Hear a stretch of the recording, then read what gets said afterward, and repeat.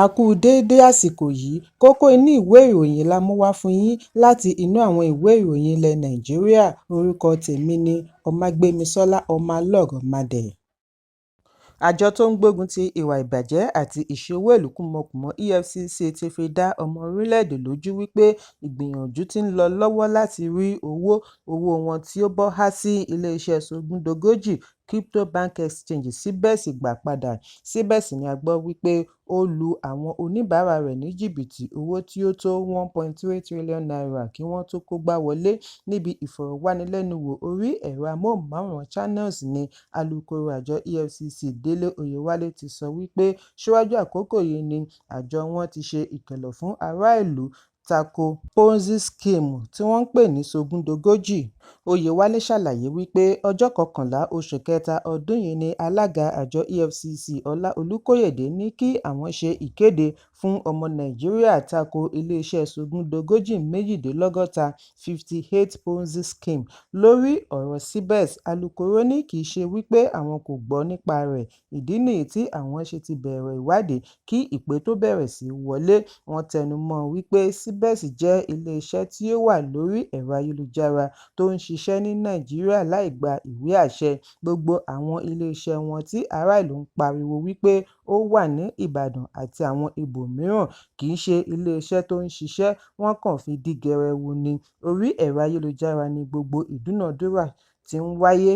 Oyèwálé wá ṣe ìkìlọ̀ wípé bí ẹnikẹ́ni bá ní kí á lọ kó owó wá, òun á fún wa nílọ́po láàrin 30 ọjọ́ kí a mọ̀ wípé èyí kò ṣeé ṣe. Lẹ́yìn èyí ni Oyèwálé wá ṣàlàyé wípé àjọ EFCC ti ń ní àjọṣepọ̀ pẹ̀lú àwọn akẹgbẹ́ wọn lágbàáyé láti fi àwọn oníjìbìtì yìí jófin. Ẹ̀kúnrẹ́rẹ́ ìròyìn wà nínú ìwé ìròyìn Vanguard tó jáde lónìí. Olóyè kan láàrin ẹgbẹ́ òṣèlú Labour ní ìpínlẹ̀ Rivers, Ọ̀gbẹ́ni Fafa Damprenswil ti sọ̀rọ̀ lórí ìkéde ìlú òfararọ tí Ààrẹ Bọ́lá Tinubu ṣe ní ìpínlẹ̀ Rivers. Ó ní òun kò lè ronú ìdí pàtàkì tí ààrẹ fi ṣe ìkéde yìí nítorí òun kò rí àkọọ́lẹ̀ ìṣòro ààbò, ṣùgbọ́n ìyàlẹ́nu ńlá ni ó jẹ́ fún gbogbo ènìyàn láti gbọ́ ìkéde ìlú òfararọ. Damprenswil ní ó ṣeé ṣe kí ààrẹ máa rí ohun tí ará ìlú kò rí, ṣùgbọ́n kò sí ibi tí ó ti mẹ́nuba ewu tàbí dùgbẹ̀dùgbẹ̀ tó ń mì lókè tí ó fi mú kéde ìlú òfararọ. Ó ti pé oṣù kan báyìí tí wọ́n ti kéde ìlú òfararọ. Bí ará ìpínlẹ̀ Rivers ṣe ń rò lọ́kàn wípé ṣé èyí kì í ṣe ọgbọ́n òṣèlú bí?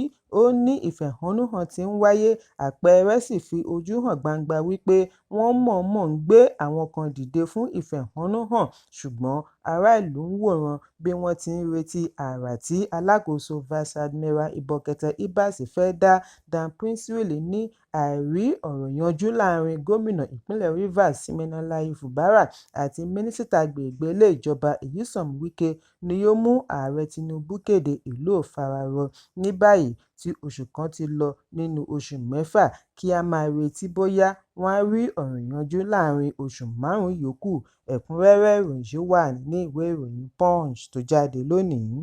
Ọ̀dọ́mọkùnrin ọmọ ọdún 17 Quadri Alabi tí ó di ìlúmọ̀ọ́ká lẹ́yìn tí ó dúró sí iwájú ọkọ̀ olùdíje du ipò ààrẹ níbi ìpolongo ìbò ọdún 2023 láti ẹgbẹ́ òṣèlú Labour, Peter Obi, ti gba ìyọ̀ǹda lẹ́yìn bíi oṣù 3 tí ó ti wà nínú ọgbà ẹ̀wọ̀n àtúnṣe Kirikiri ní ìpínlẹ̀ Èkó. Alabi ni ó gba ìyọ̀ǹda lónìí láti ilé-ẹjọ́ Magistrate Apapa lẹ́yìn ìmọ̀ràn láti ọ̀dọ̀ Lagos State Director of Public Prosecutions (DPP) tí kò rí ẹ̀rí kankan gbé ẹ̀sùn ìdigunjalè tí wọ́n fi kan ọ̀dọ́mọkùnrin yìí. Nínú àtẹ̀jáde orí ẹ̀rọ abánidọ́rẹ̀ẹ́ X ni agbẹjọ́rò rẹ̀ Inibebe Effiong ti ṣàlàyé wípé inú àwọn dùn láti kéde wípé Quadri Yusuf Alabi, ọ̀dọ́mọkùnrin tí ó di ìlúmọ̀ọ́ká lẹ́yìn tí ó bẹ́ sí iwájú ọkọ̀ ìkọ́wọ̀ọ́rìn Peter Obi níbi ìpolongo ìbò ààrẹ ọdún 2023, ti gba ìyọ̀ǹda lónìí, ọjọ́ 17 oṣù kẹrin ọdún 2025.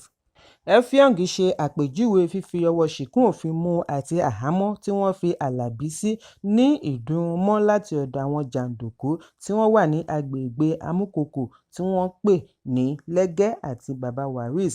Àwọn méjèèjì ni a gbọ́ wípé wọ́n jí Alabi gbé nítòsí ilé rẹ̀ tí wọ́n sì lọ yọ̀ǹda rẹ̀ fún àwọn ọlọ́pàá pẹ̀lú ẹ̀sùn wípé ó lọ́wọ́ nínú ìjà ìgboro.